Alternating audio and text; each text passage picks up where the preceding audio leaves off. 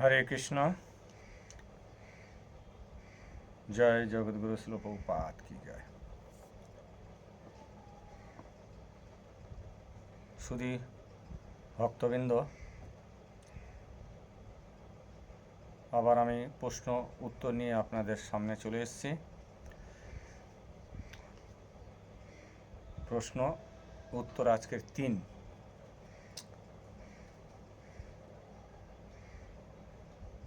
প্রশ্ন 3 নম্বরে বলছে, ভগবান শ্রীকৃষ্ণ নিরামিষ আহার্য গ্রহণ করতে বলেছেন,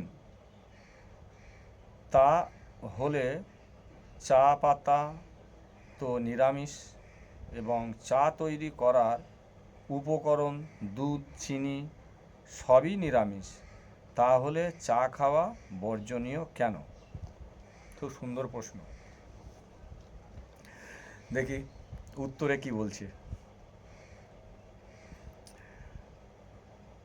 পরমেশ্বর ভগবান শ্রীকৃষ্ণকে নিবেদন করে তার মহাপ্রসাদ গ্রহণ করতে নির্দেশ দেওয়া হয়েছে। চা নৈবেদ্য হয় না,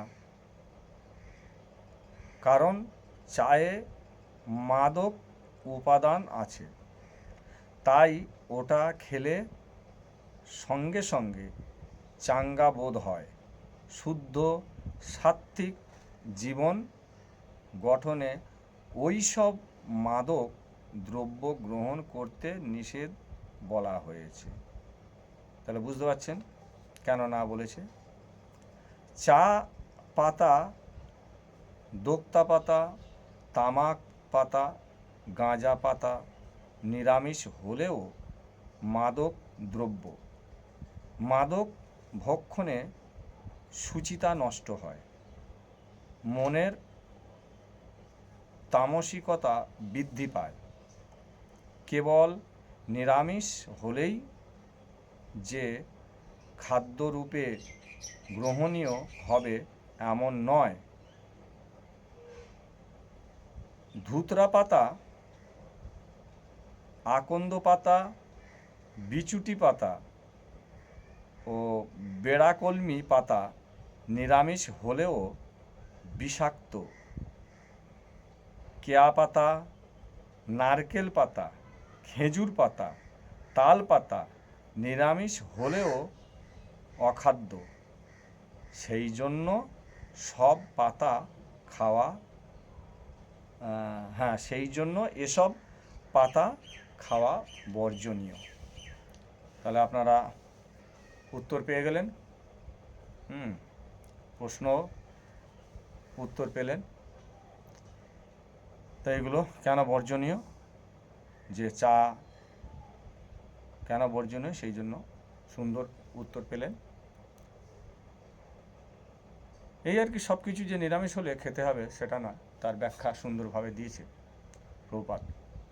এবং আপনাদের কাছে আমার একটা মন্তব্য আপনাদেরকে জানাচ্ছি, আপনারা চিন্তা ভাবনা করে দেখবেন। দেখুন, আপনারা এই আমিষ বলুন আর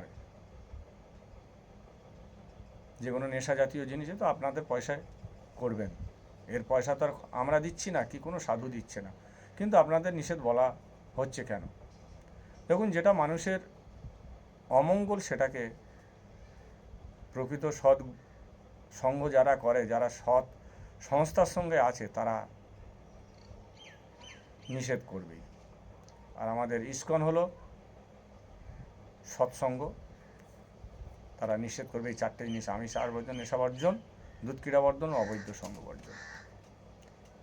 ইস্কনের যারা ভক্ত তারা তো মানছে, এবং সবাইকে আমরা মানার জন্য বলি। তার কারণ আমাদেরই কল্যাণ হবে, আমাদেরই ভালো হবে। এই জন্য আপনি মাছ মাংস খাবে আপনার পয়সা দিয়ে, আপনারা একটু চিন্তা করে দেখবেন, আপনারা মাছ মাংস খাচ্ছেন আপনাদের পয়সা দিয়ে, আমরা তো পয়সা দিচ্ছি না, তাহলে কিসের জন্য আপনাদেরকে বারণ করা হচ্ছে? সেই পয়সাটা কি আমরা সাধুরা চাইছে যে আপনারা মাছ মাংস খাবেন না, ওই পয়সাটা সাধুদেরকে দেন? বলছে কি? বলছে? এটাই শুধু চিন্তা করে দেখবেন, তাহলে কেন না বলছে। দেখুন না, আপনাদের কল্যাণ যেটা হবে শাস্ত্র মতে, শাস্ত্র অনুযায়ী, এটা নয় যে ইসকন আপনাদের উপরে মানে এক্সট্রা কিছু চাপিয়ে দিচ্ছে। আমাদের ইসকনের ভক্তরা অনেকে বলে ইসকনে তো এই মানে ওই মানে অনেক কিছু মানতে হয়, অনেক কিছু ইসকন দিয়ে কোনো কিছু নতুন করে মানার কথা বলছে না। শাস্ত্রে যা আছে সেটাইকেই পালন করার কথা বলে, তাতে ভগবান খুশি হবে, ভগবান সন্তুষ্ট হবে, মহাপ্রভু সন্তুষ্ট হবে। আমরা মহাপ্রভুর অনুগামী হয়ে থাকলে মহাপ্রভুর আদেশ তো অবশ্যই মানতে হবে। হরে কৃষ্ণ।